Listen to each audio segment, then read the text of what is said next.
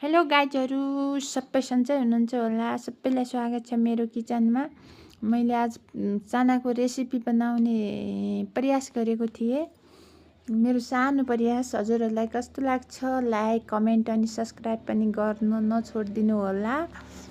मैले फर्स्टमा चना भिजाएको थिएँ। चना भिजाएर मैले सिलौटामा पिसेपछि अलि दहीमा मैले दही ल्याएको थिएँ। दहीमा मैले त्यो चनालाई अलि मिक्स गरेर चनाको त्यो पेस्टलाई मिक्स गरेर मैले त्यसलाई पकाएपछि चट्ट भुटेर अनि भात र त्यो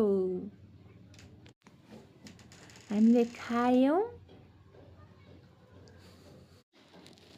हजुरहरूलाई कस्तो लाग्छ त्यस्तै सुझाव सल्लाह छोडिदिनु होला। धन्यवाद।